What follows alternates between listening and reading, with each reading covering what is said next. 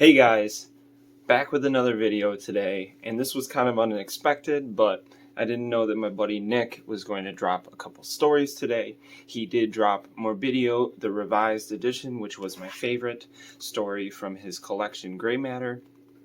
If I'm being honest, having read this most recent story, which I will get into in a minute, I am very excited that he is revisiting these stories and editing them a little bit more and polishing his craft, because it gave us the story that I read today, which was The Thing in the Ward. It is 99 cents on Amazon, and it is well worth the read. I will start off this review by saying that I am friends with Nick. I will not let that cloud my judgment at all. I told him I would give him an honest review, and I was pleasantly surprised. It was night and day. Had so much more to the story, a lot more depth, well crafted, and you could tell that it was definitely more edited than his previous releases. And I am excited to say that it is definitely the story that you should start off with if you want to try Nick's workout. He is also known as Spooky Noodles here on YouTube, and I will link his channel down below. He is a friend. I've said his name before here.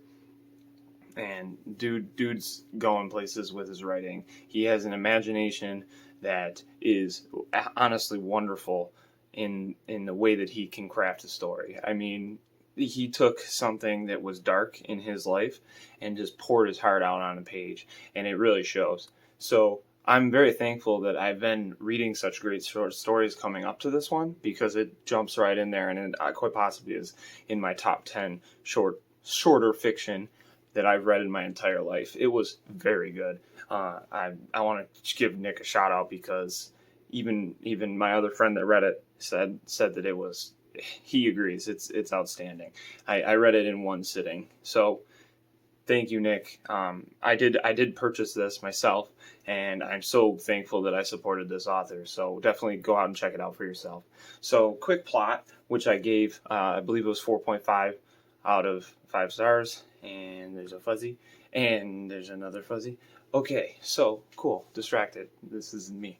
So I did enjoy it. I gave it 4.5. I think everything was well hashed out. I think he had some metaphors going, where basically you drop in and you follow this a little young man named Gavin, and he is struggling his way through cancer. And they have told him basically that he is going to die. He is not going to survive. And so they decide that they are going to try an experimental drug. And he is at the hospital. And basically he determines that not everything might be on the up and up in this hospital. And I don't want to spoil anything, so I'm going to leave it at there. But the way Nick tackled some things in this story was super fun and also deep. Nick really showed his depth as an artist here, based on looking at maybe religion as a whole, and how when people are close to death, they tend to gravitate towards it. But he also brought up the fact that he questions why such bad and horrible things happen if there really is a God. And although personally I am Christian, I actually could relate to it, because I've felt similarly during episodes in my life where I'm like, what the heck, man? Why does this gotta happen to me?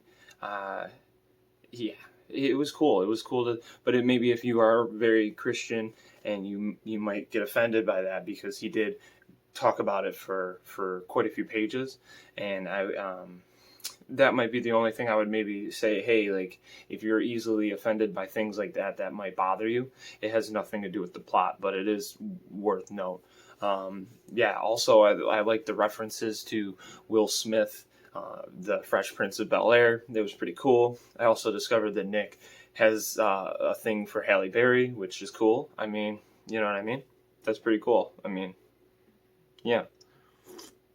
I had no idea, so that was pretty neat. You learn things about your friends through the writing. So yeah, okay, and then we got the writing. That brings me right to the writing. I gave that 3 stars. I honestly think he put a lot more time into these stories. He put a lot of time into it. It's about 40 pages long, and there were some errors here and there. It's obvious. I read a lot of books, and but it at no point pulled you really out of the story. You would just read it and you'd be like, oh, that was that, but it didn't stop the flow of the story, which is incredible. That's all I really ask for in indie and small press. Really, is the least errors the better. But if you have if you have a couple here and there, I'm willing to look past that if the story is solid and it is well executed. And Nick knocked it out of the park, so I gave that 3 stars. Horror, Nick writes awesome, like bizarre, dirty, grimy, just horrific scenes, and he just does it well. I mean, he definitely has an imagination, and you feel like you're watching a movie. That's how it plays off.